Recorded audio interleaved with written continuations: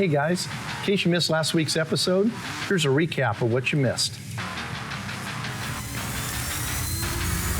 Last time, the unsung heroes of the body shop began the restoration on one of the most requested renovations ever, a 1971 Dodge Demon.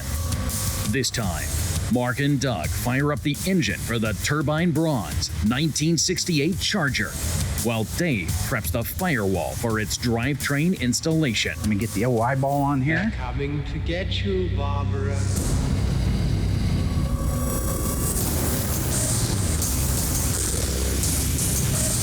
It has been established that the unburied dead are coming back to life.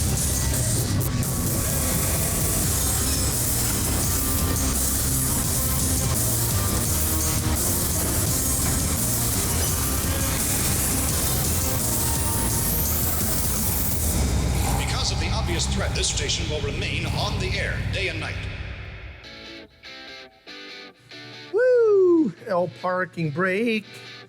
So a lot going on right now, of course, like there always is at Graveyard Carz. Lots of cars, lots of parts, lots of pieces. Probably 24 projects right in the middle of all of them, so we're gonna hit as much as we can this week. One of the things I've got Dave doing is some of the under dash plumbing in preparation for the dash assembly on our 1968 Charger.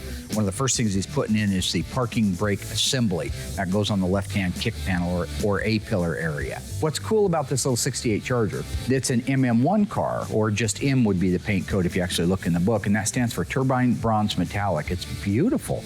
And frankly, we don't have another one of those cars in that color here, in anything. No 68, no anything that's MM1 except for that car right there. So that is, and that's the first one Will's ever painted as well.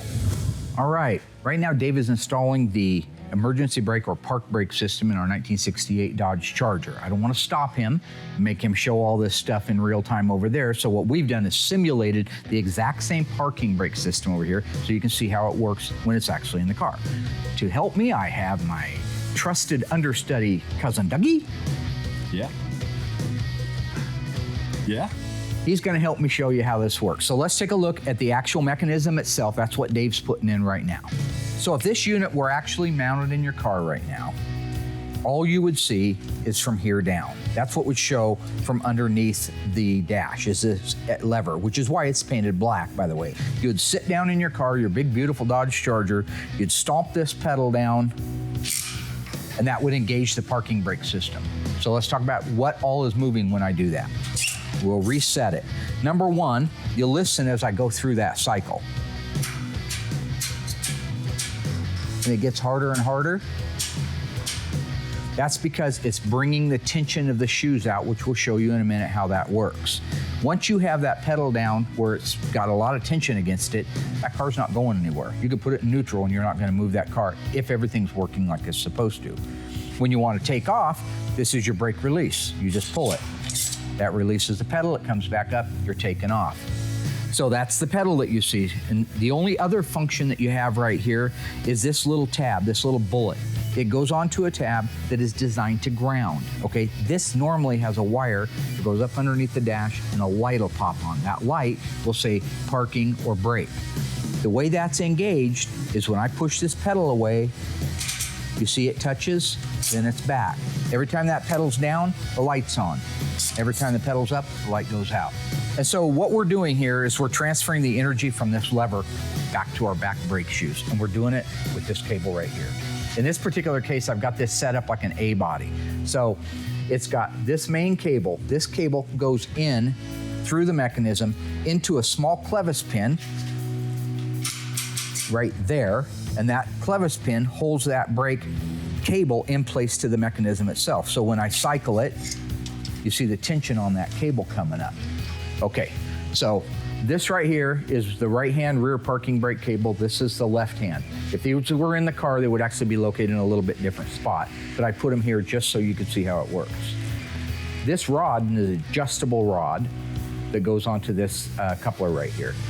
The other end of that cable, as you watch it, would go underneath the car and up into the driver's compartment. That's what Dougie is. Say hi, Dougie, you're the driver's compartment. Hello.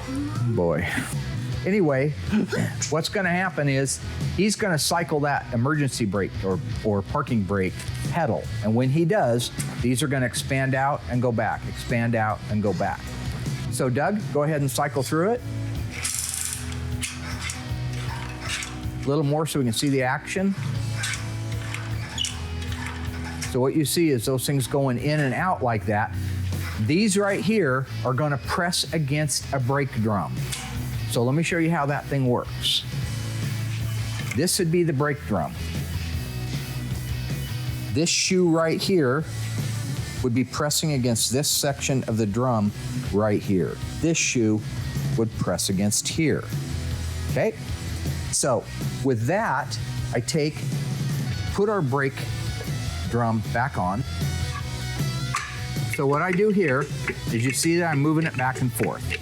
As I move it back and forth, it shows. What? It shows that it's free like that, okay?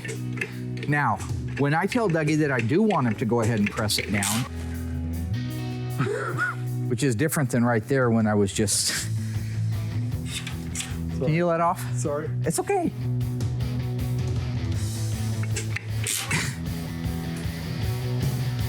You see how I can't move it anymore? You need a psychiatrist, man. Something's wrong with you. Yep, I'm sorry. So basically that is how the parking brake or emergency brake system works in a vehicle. Now, the only recommendation I would have for those of you at home is not have Dougie be your assistant anytime you're doing a tutorial.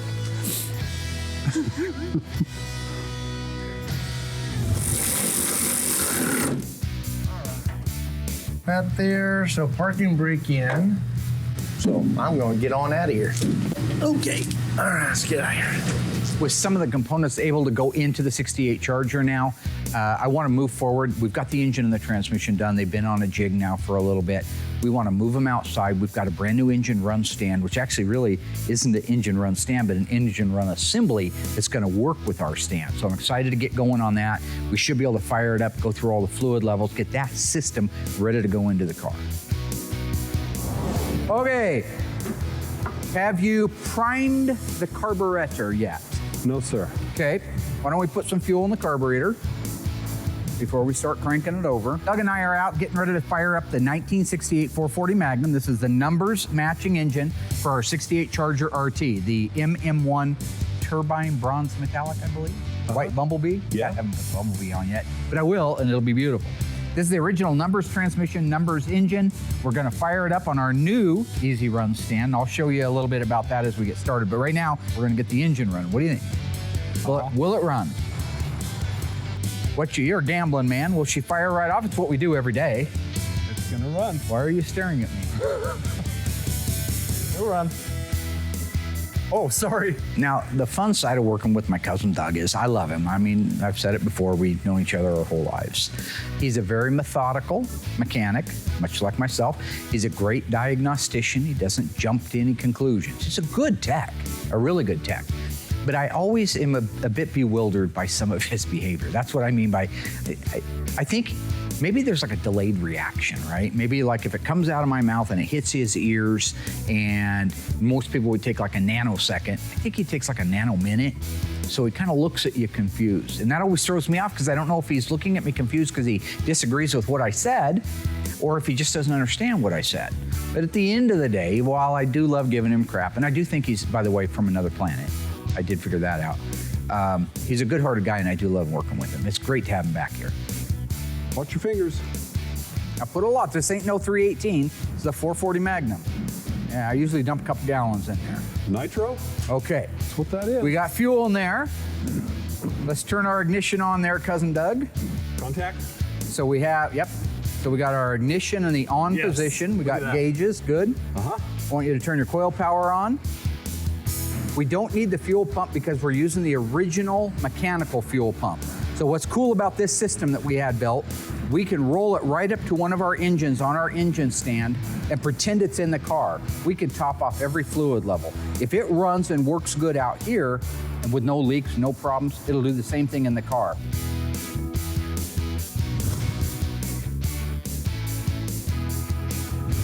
On our 68 Charger, the turbine bronze metallic car, Not everything has showed up yet for the order. We're still putting in big orders. These cars take thousands of parts. And so not everything is here, but there is enough stuff here that we can get the firewall built out from the standpoint of like the difficult to install after the engine is in type of parts. Our brake booster, portioning valve, the front line that goes across the firewall, windshield wiper motor. Because other things like the windshield washer reservoir and the horns, we can put those on anytime after they come in. So I've got Dave bolting those pieces in, so when we are done, we can mount that transmission and engine in the car, be a roller. Here's our brake booster master cylinder assembly. We're gonna put in our 68 Dodge Charger here. As you can see, I got everything built out on it. All right, so we're gonna feed that right through there. Line up my holes. That top one goes on there, just like that.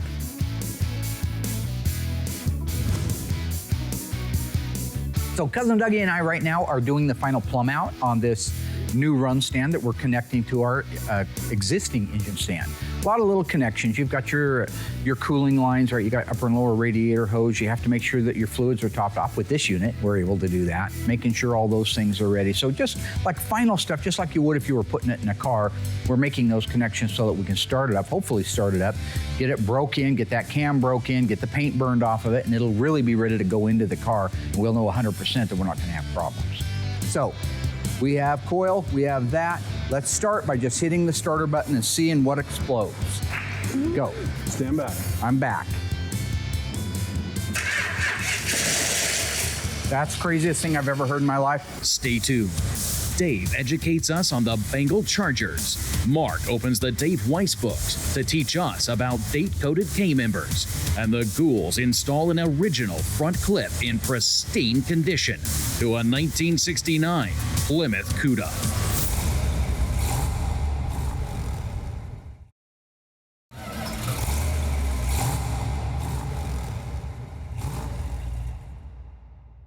The 1968 Dodge Charger behind me is a beautiful car, painted MM1 bronze. You might be tempted to assume it's an orange paint job if you were to see it out of the corner of your eye.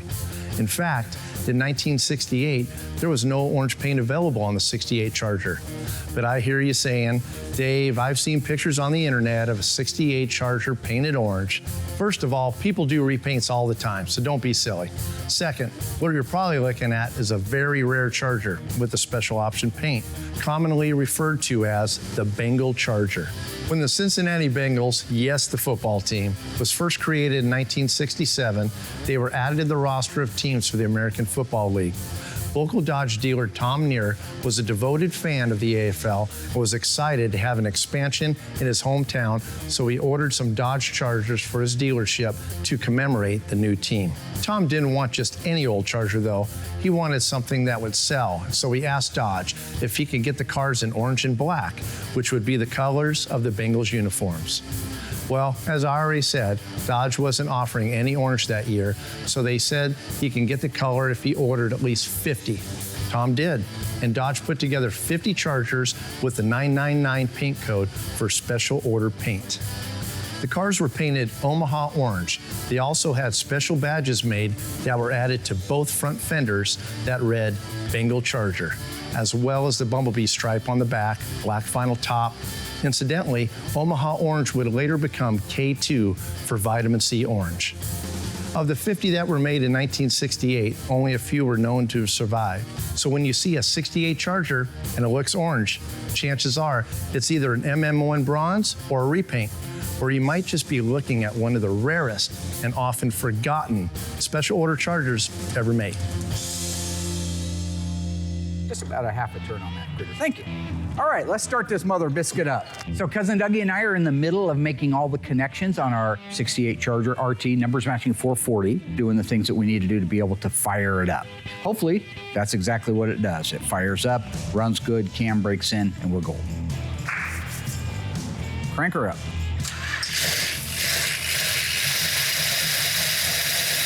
There's not a better feeling. You hit that button and it fires off and doesn't backfire and crap all over the place. Now, I always expect them to be noisy because the lifters aren't pumped up yet. But boy, it sounds great. We're gonna run it until the thermostat opens, and then we're gonna add more water to make sure Our cooling system is working okay. It's idling fast right now, about 2,400, 2,500 RPM. That's because we're trying to break in the cam. But here's what's cool about this. Come here, I'll show you. Right now, our power steering unit's working. On our other unit, we couldn't do that. Now we can run our power steering. See the paint starting to burn off the manifolds? We have our transmission back here. We can go ahead and put that in neutral, top it off, and it's ready to go in the car. Go ahead and shut it down, kill it. Here's our brake booster master cylinder assembly. We're gonna put her in. So then what I'm gonna grab next is my lines. I'm gonna put a nut up on that there. I'm gonna go ahead and grab my lines because I do like to leave this a little bit loose. It makes it easier to line up your actual brake lines. But I'm gonna put this under here for now. I'm gonna feed these. These are really tight. A little bit here. You want to get that as straight as you can. So when you get these in there, it's got that play in there. I want to make sure I could tighten this up by hand.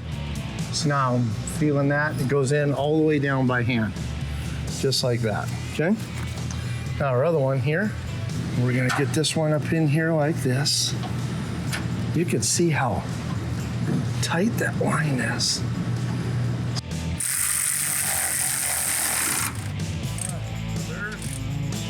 Just want to make sure nothing's rubbing together, and I'm going to move this spring up just to give that line a little more protection. That's what those springs are for, is something rubs on it. Doesn't rub through your actual brake line and cause a leak. So anywhere there's a bend, it's going to be on there, or anything, something crosses the other one, it's going to be on there. So there's that. So now I'll grab my wiper motor. My wiper motor will go right there. So let's grab that dude. Okay, so right now I'm just gonna have Doug check the water, go get a rag in case it pukes on you. That's what happened to Royal. Did you ever see that? I said, don't take that off of there. I'm Royal Yoakum. I change locks for the school district.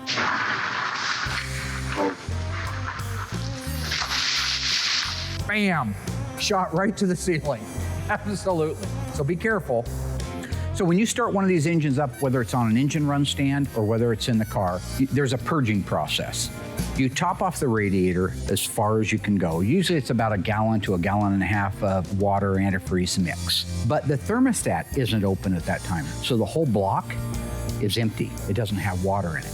What you have to do, and this is where you have to be careful, is you run that engine up until you believe that the thermostat has opened. You feel that upper radiator hose. As soon as that thing gets hot, you know the thermostat's open. You also know it just sucked 1 gallon right out of the radiator and put it into the engine. That means the radiator's low now. So if you've been watching Graveyard Carz for any period of time, you know we run a lot of our engines, try to get them all, on this engine run stand, the Easy Run engine run stand. What we loved about that was that you could take an engine, move it over to the stand, make your connections, run it, make sure that you don't have oil leaks, make sure that it doesn't overheat, make sure that the carburetor's dialed in right, all these little things. And so it's much easier if it's kind of a failure to do it on that stand than if it were in the car.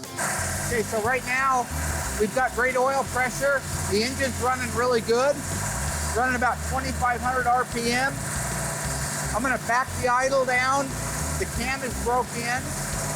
Then we'll shut it off.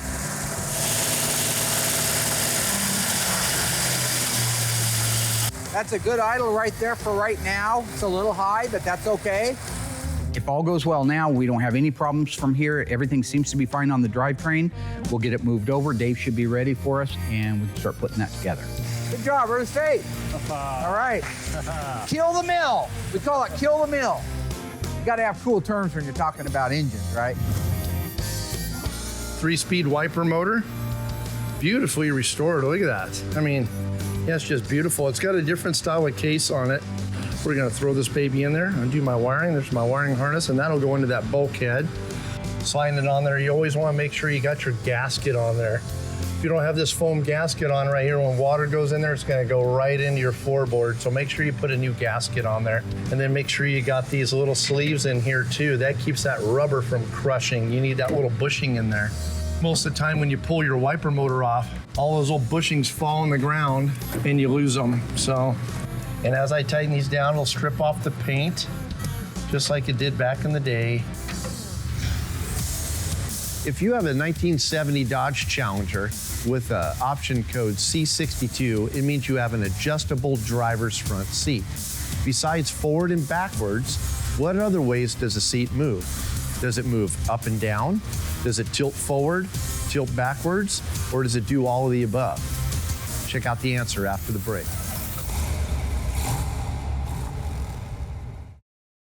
So do you think you know the answer about the adjustable driver's seat? If you answered all the above, you're correct. This particular model of seat was a 6-way adjustable seat, so it adjusted front, back, tilted forward, tilted back, and went up and down. Super cool option in 1970.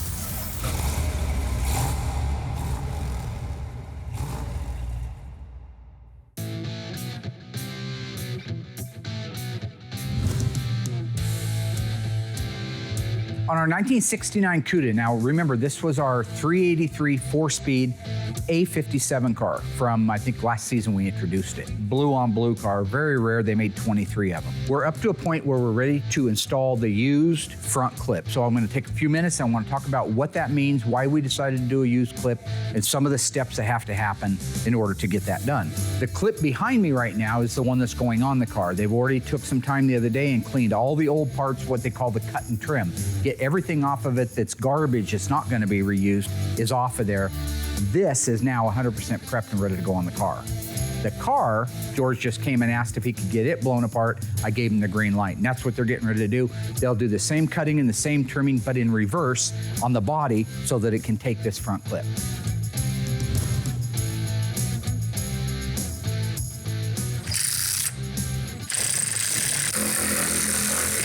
Kind of looking at that gasket, make sure it's fresh.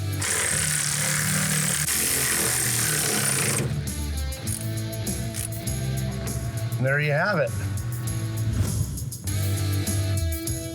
Okay, George and Adam have the 69 Cuda completely cut apart now. So that means they've got all the old pieces and parts off of the car everywhere that the new donor clip is going to intersect with. So what I've got out here right now is the torsion bar crossmember that is off of our donor clip. So that clip up there once had this unit built into it, and we've had to dissect it out. And the main reason for dissecting it out is the way we want to put that front clip onto the car, we couldn't have done it with this piece fastened into place because it has to go up, over, and down and marry into the rocker. So we dissected this piece off.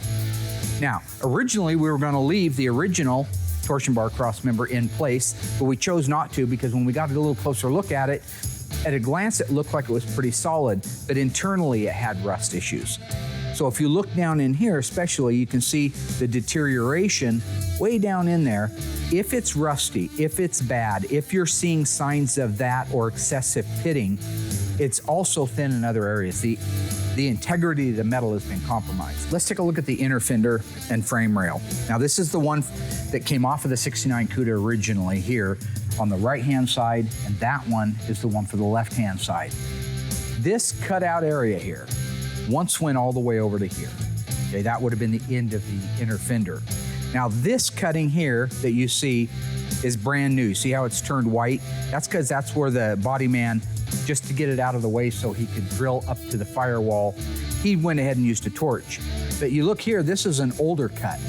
The reason for that cutout is if you had a big block in an A body and you wanted headers, the only way they had them back then was fender well exit headers. So somebody took a torch, cut out this inner fender well, and then bolted the headers on, and they would have came out through here, just behind the right front tire, got straight down to the ground, and then tipped back into a collector, and you would have ran exhaust.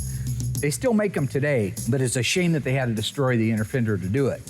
Now here we are 40-some years later. It wasn't just that, but if you look at the decay, this is the inner part of the shock tower, very rigid piece of steel. This window that you see shouldn't even be here. That's where it's rusted completely away. Same thing up here. These areas where you can actually see the shock tower means the apron panel or the inner fender is completely gone from it. Same thing here, you got a hole. You can actually stick your hand up through that hole. You shouldn't be able to do that. So that meant that the inner fender was bad. We've got the exact same thing if you look at this one going on over here. Now, the other piece that it's married to right now is the frame rail itself. So let's take a look at that. This is the inner piece that makes up the frame rail and the outer piece. It's stacked metal. When metal rusts, it swells. If you look, you'll see it almost looks like layers of other metal. That's rust and decay. When that piece and that piece are swollen the way that those are, that means that there's rust in there. If you go down to this section here, you'll see that this inner piece and this outer piece are nice and flush together, all the way up through here. Really nice. But as it goes further forward, water got in there and it started to swell. And the more it swelled, the more damage it did. So that's why we decided that we would do aprons and rails on the car.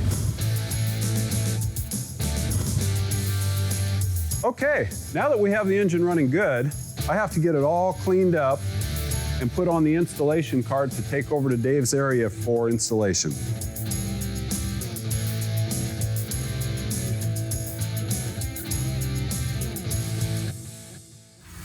Stay tuned. Mark resumes the walkthrough of the front clip donation for the 1969 Plymouth Cuda. And Dave continues plumbing out the 1968 Charger's firewall in preparation for its drivetrain installation.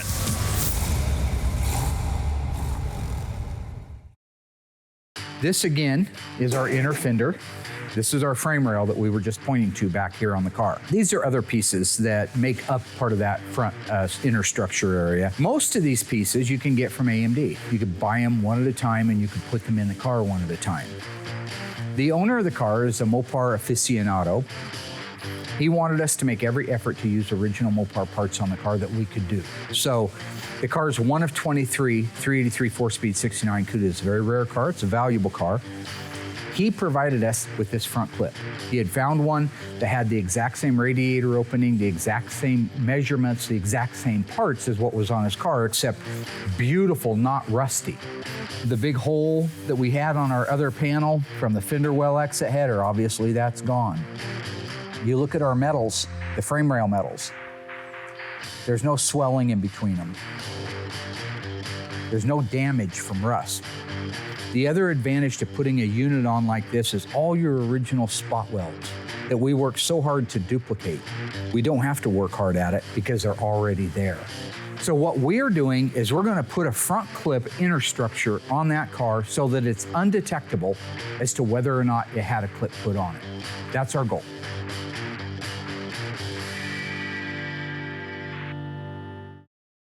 So far, Dave has begun the firewall plumbing in the beautiful 1968 turbine bronze Charger, while Mark and his cousin Dougie started its fully restored engine for the first time. Now, Mark continues to walk us through the front clip that's going to be grafted to a valuable 1969 Plymouth Cuda, currently in bodywork stage. The transmission crossmember that you see here, this again is our original one that came off of this that's in really nice shape. But you can see the extent. One, the floor pan once went down on here. So once all these pieces go back in, we still got to put a floor in the car. It'll go down over the top of this. Originally, this came in here like this, went like that, and got all welded together.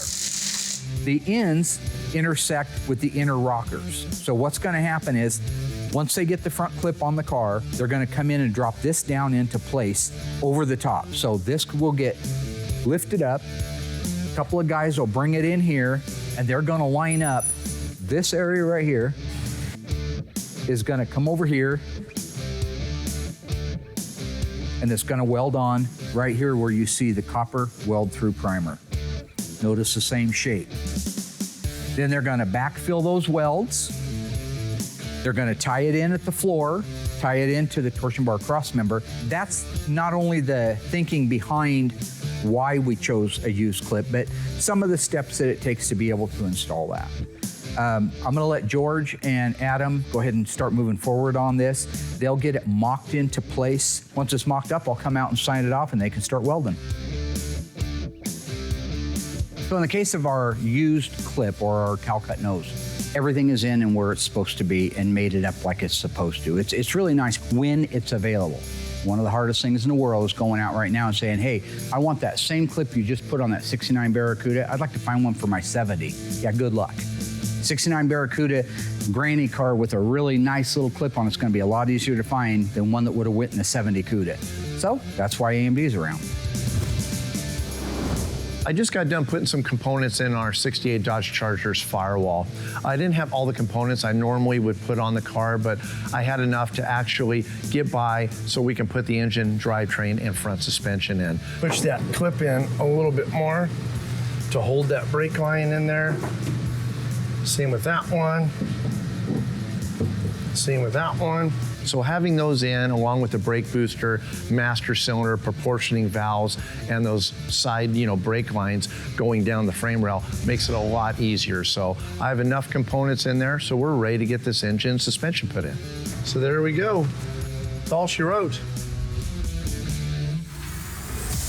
True or false? In 1970, the Dodge Challenger TA was the only model available with the unique fiberglass hood with a snorkel-style scoop. Think you know the answer?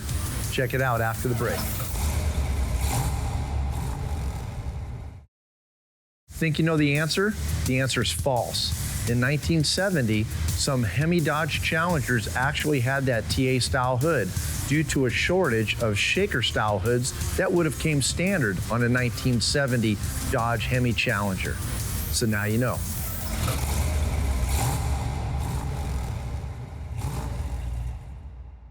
Hello, everybody. Welcome back to another episode of Getting Wise with my friend Dave Weiss, who writes these really cool books. What I've turned to in the page here is the date code on the K-member. Now, the K-member, just at a glance, is this big bad boy right here. This is the subframe or K-member that the engine and all the suspension bolts to. What a lot of people don't realize is there's a date code on there. Now, this is a regular wedge K-member, so it's like 383, 440 type K-member. You see this little square box here, it's got a 3449 and a 1 over here. This code means it's the 344th day of 1969, and it was built on the first shift. This particular car was scheduled to be built October 9th, 1969, which is the 282nd day of that year. So if we come down and we take a look, here's the stampings. You can see they're actually hand stamped into the steel, the 252nd day of 1969, as well as the first shift, like our reference manual has. We know the car was built on the 282nd day of 1969, so this is 30 days ahead. This thing was built a month before the car. That's a perfect date code for that. Okay, so the next thing we want to take a look at here that I've got marked is in our electrical appearance section, talking about the 426 Hemi spark plug wires. The wires that I have on here are replicas of the originals. They have the right date code on them, but there are subtle differences between the reproductions, which are very, very nice, and the original ones. If we look here, it says original 426 Hemi spark plug wires have a distinct mold parting line on top of the boot on the valve cover. In addition, the entire boot on the spark plug is very sharp in many details. The aftermarket boots have a softer details around the boot. Let's talk about this division line, this parting line. If we look right here, you can see they're highlighting and blown it up over here, this sharp ridge where these two are joined together. Here's an example on the aftermarket version. There is still a seam or a line there, but it's very soft.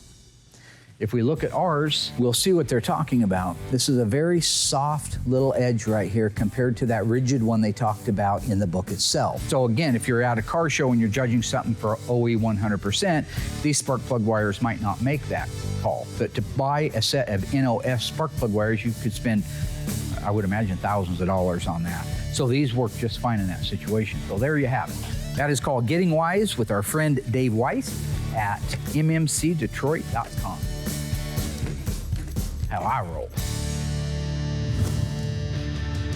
Now with the Cuda done, George can go on to the back half of it. Doug has the engine and the transmission drivetrain disconnected from the Easy Run, so it's ready to come over here. I want to work with Doug one-on-one, so I'm just gonna grab him. We haven't worked together, just putting an engine and transmission in probably in 35 years, so I thought that might be kind of fun. Are you ready? I'm ready. Let's do it. All right, so we're gonna install the rear end first. Doug, I think the car will need to come down. So these 4 studs right here go through these 4 holes right here in the leaf spring hanger, the reinforcement, all the way in, and then they get bolted down. At that point, we raise the back up, hang the shackles into place where they're supposed to go, and then we can let it down, connect the shocks and the rest of the lines. Got it. Okay.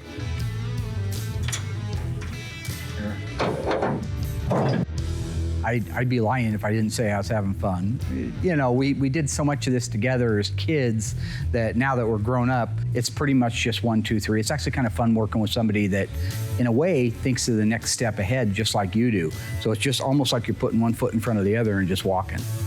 How's yours doing, Mark? We got one, but we got an angle thing going on. So do you have yours already started? I do. There, got it. Got it? Okay. All right. Beautiful. Okay, you got your shackle hardware. Nice. Yes. There you go. Put the nuts on I it. got 'em. Okay. So right now we have the front Keps nuts in place at the very front of the leaf spring hanger, and then we have the shackle bolts started. Is that true? Yes. So I'm safe to raise it up so we can work on it?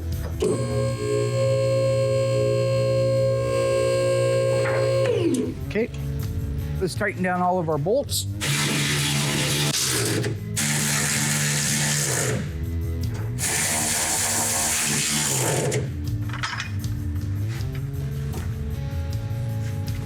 Go ahead and let me know when you're up far enough for that to go on. There it is. Okay. Okay, so right now we've got the rear end is in place. We have the shackles, the leaf spring hangers, the shocks, all the basic things. So we can move to the front. Let's get the front end installed, all the K-member suspension. Then we'll go get all the necessary tools so we can put the clips, the retainers, the emergency brake cables on, and all that. So right now we just want to get the main big bulk parts in. So let's move to the front. With the rear axle assembly in place, all that weight, that gives us the counterbalance that we needed to make sure that that car couldn't tip forward. So with that, we're gonna move forward, lower the car down, start lining it up with the K-member and see if we can marry those together. So Doug and I got the rear end installed in the Charger. We're getting ready to move the front suspension, K-member, engine, transmission in now. Once we do that, we'll bolt the main things in, the transmission crossmember, K-member bolts. Then we can raise the car back up, round up all the necessary tools to go back to the rear end and hook up all of the cables, all the brake lines, all the things that need to be done, that finished stuff. We'll do the same at the front. When that happens, I can put a bumblebee on the back. Nice. Can you do, look, A squeaky guy? no, it's not squinky. What the hell is that? Oh. Can we just put the engine in now? Yeah, It's got to ruin everything with some weird Glenwood thing. We're trained professionals here. Watch your head. I am. In 1968, these engines were turquoise, all right? In 69, the HP engines, they went to the Hemi orange, the street Hemi orange that you mostly see us work on around here. But have no illusion, this is an actual turquoise engine. It's correct Chrysler color, but sometimes people say, well, it's blue. And there's no mistaking corporate blue with this turquoise. I happen to like the turquoise look. I think it's a unique, I think it's a richer look. I think that the Hemi orange is a bit racier, but I think kind of fitting a car like a 68 Charger, I like the color of the engine. How are we looking? Looking good? Easy. Needs to go back about 2 inches towards the rear, but side to side is pretty good. Okay, so just straight back a little Straight bit. back. Okay. Okay, real slow, we go down here. And good? Yeah, It's a little easier than the old tree out back, huh? a little bit. The whole thing was, when you're talking about pulling engines out when we were kids, you didn't have all this stuff. I mean, and I've got pictures of guys that send them in all the times when I talk about that. They'll send in pictures of them standing there in their stupid AC/DC t-shirt or Led Zeppelin t-shirt and crazy hair down to here. They're 16, 18 years old, lifting an engine and transmission out by an old tree in the backyard. Okay, it feels pretty good so far.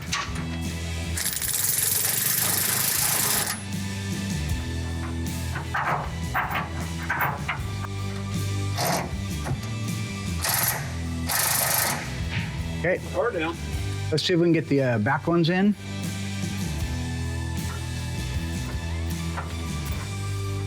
Beautiful. You love it when that happens. Yes. It doesn't happen all the time. That's great. Yep. Beautiful. Okay. Lucky. Right now we have the K-member bolts in place. Doug's underneath there putting the transmission crossmember bolts in. I'm gonna give him a hand with that. Once we get those in, we can raise the car up and then button everything up. And there's a lot of pieces that need to go together after that, so. Cousin Dougie, Chap, put that bolt in. I really want to put that bolt in. You had all the fun. I want to do it. Do that. Okay, put a nut on that. And next one. Back one here. You want a hammer? There you go. Just put the nut on there. You don't need to worry about tightening. We'll raise it up. Okay. Go ahead and move that light out of there, Doug. Set it down so it doesn't look like we're shooting a TV show. I think with Doug, like his elevator just isn't stopping on all the floors. And I love him, but I've noticed that the older we get and the more floors there are, the less stops it makes. You know, move the light. Like a caveman that probably just picks up a wheel. I could use this.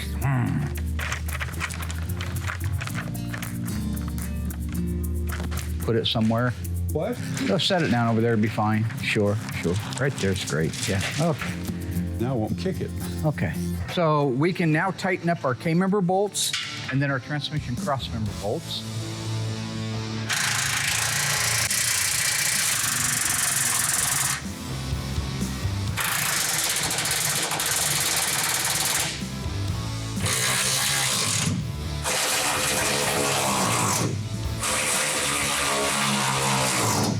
Good job. Okay. You saw Deliverance, right?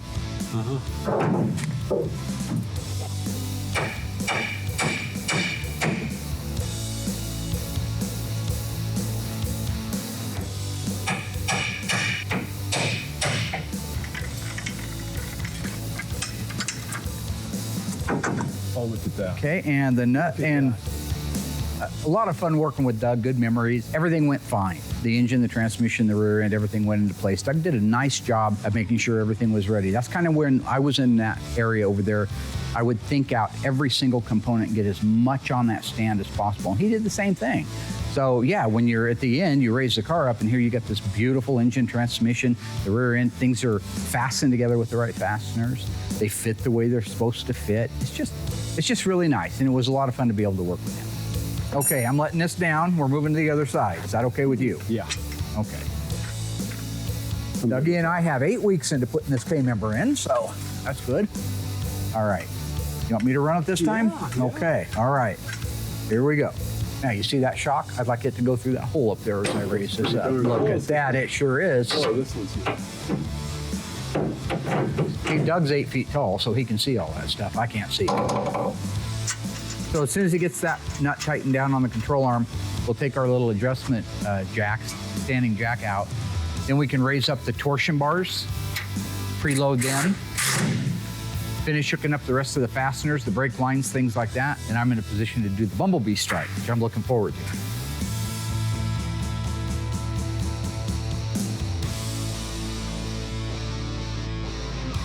So all in all, we had a great week. A lot of stuff got done. This is just the stuff we have time to show. I mean, just like if you take that emergency brake tutorial, that takes time to set that up and to show that. So, I mean, it'd have to be a 10-hour show to be able to show what we do in the course of a day. And even at that, it'd be the Reader's Digest version. But you got to see that. A lot of fun. Things are going good at Graveyard Carz. See you guys next week. Sorry I have to do the wrap-up all by myself. It's not my fault. The director actually made the mistake and forgot we had to do wrap-up, so. Okay. No, I was talking about totally somebody else, not you.